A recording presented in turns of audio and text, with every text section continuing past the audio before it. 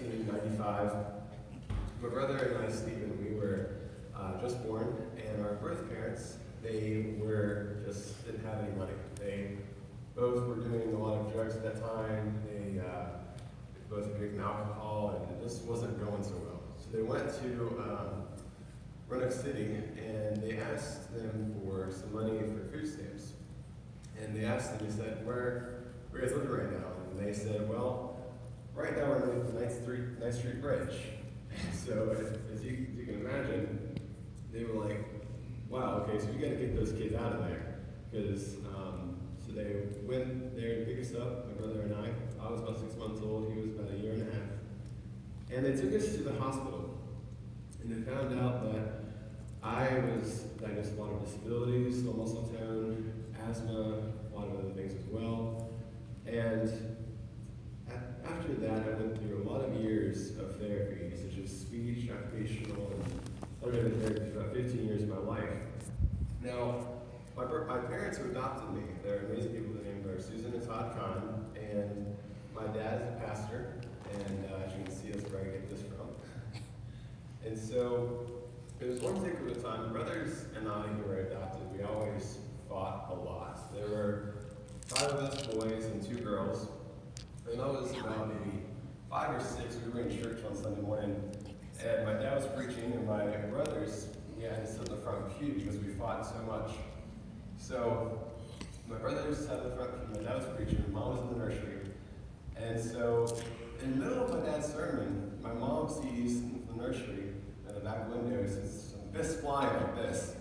And my dad stops in the middle of preaching. My brother's doing a fist fight in the middle of the service. My dad stops and he says, "Stephen, what are you doing?" And he says, "Adrian, you sit there, Stephen, you go back to your mom." And they eventually got older and they learned their lessons. They started acting right. And the reason I'm telling you all this is because no matter where you start out in life, it doesn't necessarily tell you where you're going to go. Your destination is going to be told. So about 15 years later, my brother Stephen and I, he just graduated from high school. I was in about the senior year in July of that year in 2013. Went to Michigan, and we stayed up there for about a week. And my brother, unbeknownst to me, he said, "Nick, I'm gonna stay here in Michigan on the last day." And I was like, "What do you mean?" And he said, "Well, I'm gonna stay with a friend Josh, who I just met, didn't have any money, didn't have a phone, didn't have a car, didn't have a job." So, as you can imagine, I was like a little bit skeptical about his plan. So I was like, "Stephen, let's talk about this." Like, "No, I've made my mind, I'm gonna do it." So I was really worried about him because our birth parents did the exact same thing. So I called my mom and I said, "Mom, Stephen's trying to stay here and I don't know what to do." So she talked to him, she talked on the phone, she said, "Stephen, what are you doing?" And she can reason with him. And so after that, I went to my grandfather and I said, "Grandpa, I need you to talk to him. He's lost his mind." So he does that. He goes to my grandfather and he talks to him and eventually gets back in the car. And after this, we get home and my dad talks to Stephen. He sits him down. He says, "Stephen, I know you want to travel. I know you want to see the world. And so why don't you join the Army?" So that's what he does. He joins the Army. And from there, he's working a lot. And he goes out and he gets a job and gets married. And so I'm very proud of him right now. And which brings me to our story this morning in the Gospel of Luke, chapter 15, verses 11 to 32, as Robin read this morning. And Jesus is telling a story to these Pharisees. And Jesus is the master storyteller. He can make these stories sound amazing, and they're timeless, they're cultureless, they don't have any means of not being relevant to any day and time. So Jesus said, "There was a man and his 2 sons. The younger one said to his father, 'Father, give me my share of the estate.' So he divided his property between them. Not long after that, the younger son got together all he had and set off for a distant country. In this case, let's call it Las Vegas. So this younger son, he goes off, he has all his money, and he's like excited. He's excited to go to see what the world has for him. So he goes off, and he spends all of his money that he has. And he's partying, he's buying Chick-fil-A, he's buying Starbucks, he's buying everything that he can get. He loves life, he's having a great time. And I know for many of us, we've always wanted to get away sometimes. We're just stuck in one place, we just need to leave. Go to a distant country, go to Myrtle Beach, go to Virginia Beach, wherever you want to go, wherever your hot topic place is, that's where he went. And so, but he finds himself in this place where he is down in his luck. There's a famine in the land, as it says. And so, he began to be in need. He began to be in want. And he finds himself so starving that in verse 15 it says, so he went and hired himself out as a citizen of that country, who sent him to his fields to feed the pigs. He longed to fill his stomach with the pods that the pigs were eating. Can you imagine being so starving that you're willing to eat what the pigs have? The younger son was. That's what Jesus is trying to tell us here. The younger son was so starving, he had to fill his stomach with what the pigs were eating. I don't know about you, but I cannot imagine being that hungry to eat out of a trough. That was crazy. I read this week. I was preparing for the sermon. I was like, whew, he must have been fasting for a lot of time before you can eat out of the pig's trough. So he gets so humbled by this. And so he starts to pray. And he says, Father, I have sinned against you, against heaven, and against you. I'm no longer worthy to be called your son, only a servant. And so he prays this prayer to God, and then he starts on his way back home. So he got up and he went back. And while he was still a long way off, his father sees him. And what happens next, we read in verse 21. He says, the father saw him and was filled with compassion for him. And he ran to his son, threw his arms around him and kissed him. He didn't say, my son, you blew it. You're no longer worthy of this. You're no longer worthy to be my son and eat of my food at my table. No. He is the father, and he graciously welcomes his son home, as any father would do if we had made a mistake. Which brings me to my second point here, and that is, God has placed you where you are right now for a reason in your life. And I believe that this son in this moment, God had placed him in this place for a reason, because I think he needed to be taught a lesson. And I think he learned his lesson, don't you? Because in this moment, he finds himself humbled. And that's what Jesus is trying to tell us here, is that this son was so humbled that he learned what he was supposed to do with that. And so he goes home, and his father, he kisses him, does his honor, and then hugs him. The next thing we read, it says, and the son said to him, Father, I've sinned against you, against heaven, and against you. I'm no longer worthy to be called your son. But the father said to his servants, quick, bring the best robe and put it on him. Put a ring on his finger and sandals on his feet. Bring the fattened calf and kill it. Let's have a feast and celebrate.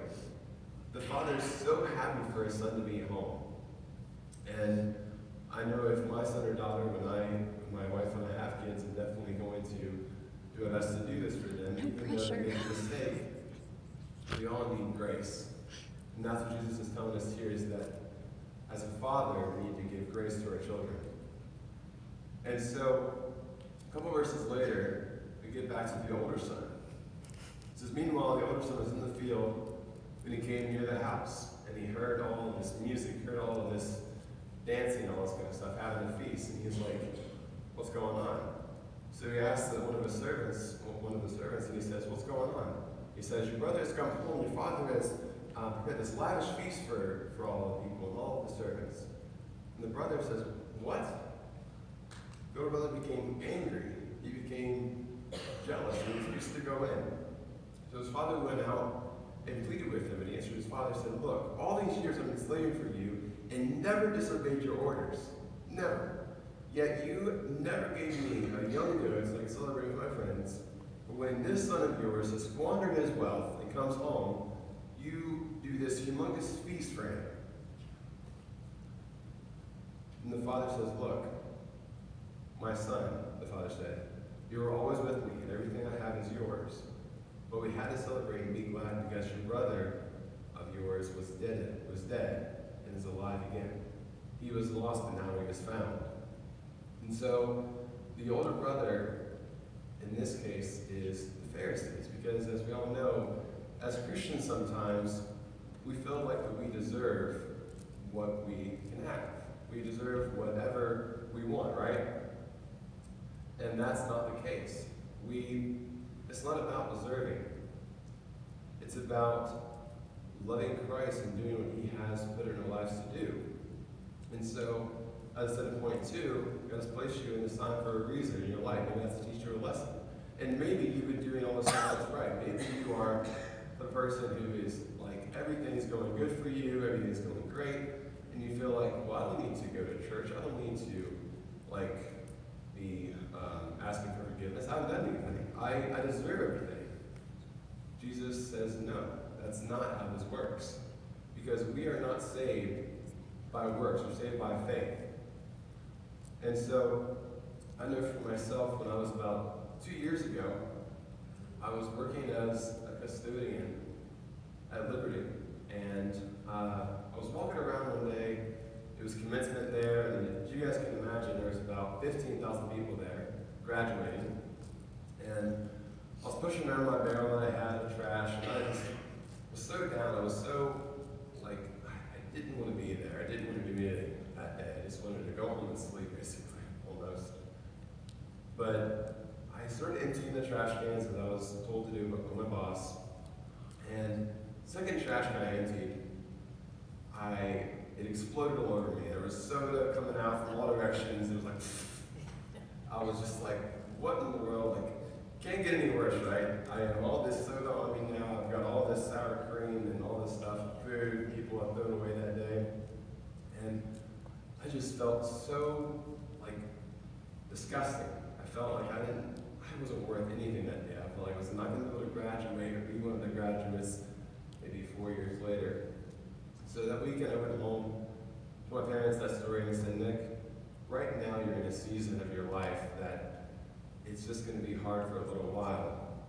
Just like it was for this son who squandered his wealth and he had to eat with the pigs. As we all know, seasons change. Seasons are for a time in our lives. And maybe you're in that season of life right now where it's like that. You have trash coming out of all directions. Or maybe you're in this time where you're not making a lot of money and you're having to do extra jobs. Maybe everything's going great for you right now, and that's awesome.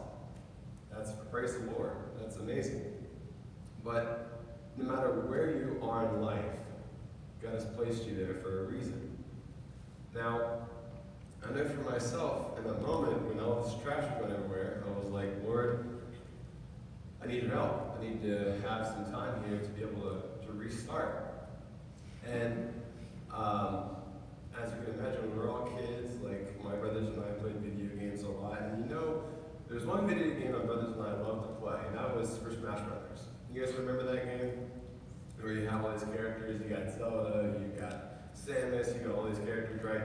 And eventually, everybody, there's a winner, there's a loser, of course, and you're wanting to restart, wanting to have another go at it, right?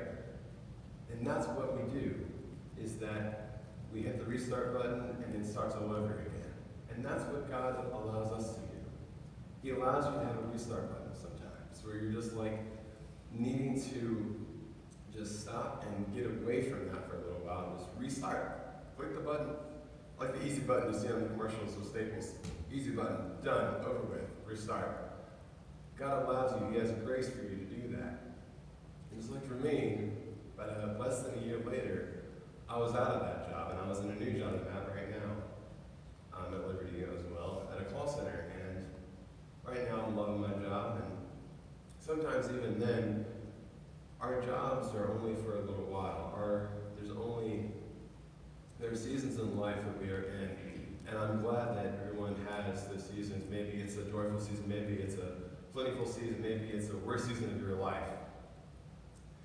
And again, Seasons are going to change. We are going to be able to get out of the seasons that we're in that are bad and get into a good season.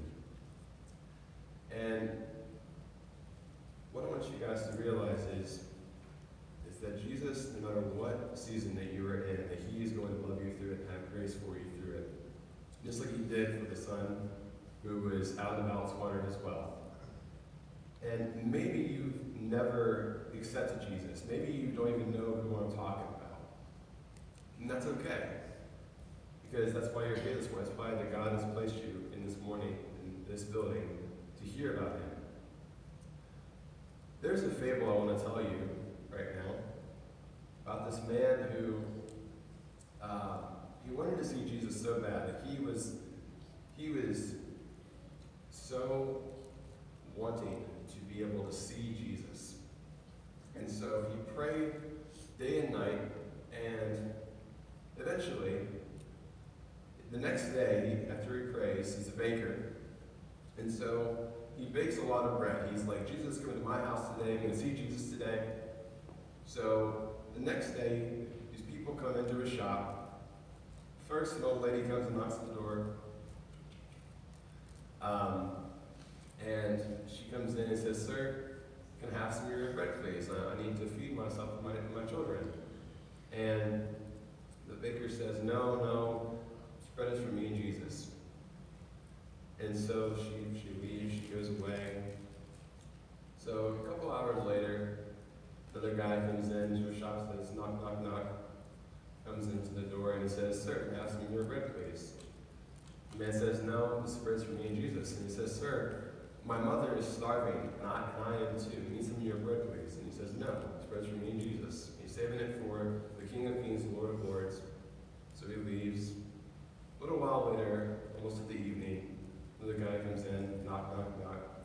It's an old, crippled man, can't work, can't do anything. He's on crutches, and he says, "Sir, I need some of your bread, please. Please give me some." And the baker says, "I'm sorry, sir, but this bread is for me and Jesus." And so he leaves. That night, the baker prays the Lord and says, "Lord, why didn't you come to see me today? I was waiting for you." Jesus says, "I was that woman who came in the morning to your shop, asked for some bread for her kids. I was that man who asked for some bread for him and his mother. And I was that elderly, crippled man who came into your shop that night." The man realizes that he's made a big mistake. Maybe we can't see Jesus. Maybe we can't see the actual person of him. I'm telling you that there are days in your life that you're going to see Jesus as a person walking in your school halls. Maybe they're the person who's like a boy's putting their books on the ground, where you see Phineas and Ferb, the books are flying, and this bully's going around there. That's the kid, that's Jesus. Maybe you're that person in the bank who can't find her card, and you just need some help, maybe $5. That's Jesus. Jesus is all around us. Jesus wants us to know that he wants us to be Christ to everyone. He wants us to be able to give to everyone in need if we have the means and the ability to do so. And so again, maybe you're in that point in your lives where you want to see Jesus so bad, but you just need a restart button. And again, if you are the person who doesn't know Jesus, I want you guys to go ahead and bow your heads with me right now. And if you're that person right now who has never known Jesus, who never has felt that you have been saved by the Savior of the world, I want you to pray this prayer with me in your minds. Heavenly Father, Jesus, I ask that you come into my life right now. I pray that you take over me. I pray that you be the king of my heart. Jesus, I know that you died on the cross for my sins. I know that you rose again in 3 days. And God, I want you to be there for me every single day. I want to be right there next to you, and I want you to take take over my life and be the pilot, and I be the co-pilot of my life, Lord. Thank you, Jesus, for everything that you have given us. Thank you, Lord, for bringing me here today to hear these words that are in your scripture, Lord. God, I pray that no matter what I do, no matter where I am in life, that I always look to you. And that if I need a restart button, that you are there to give me that grace to do so. If you just pray that prayer, I want you guys just to raise a little hand, and I'll be praying for you this week, and I hope that everyone cheers for you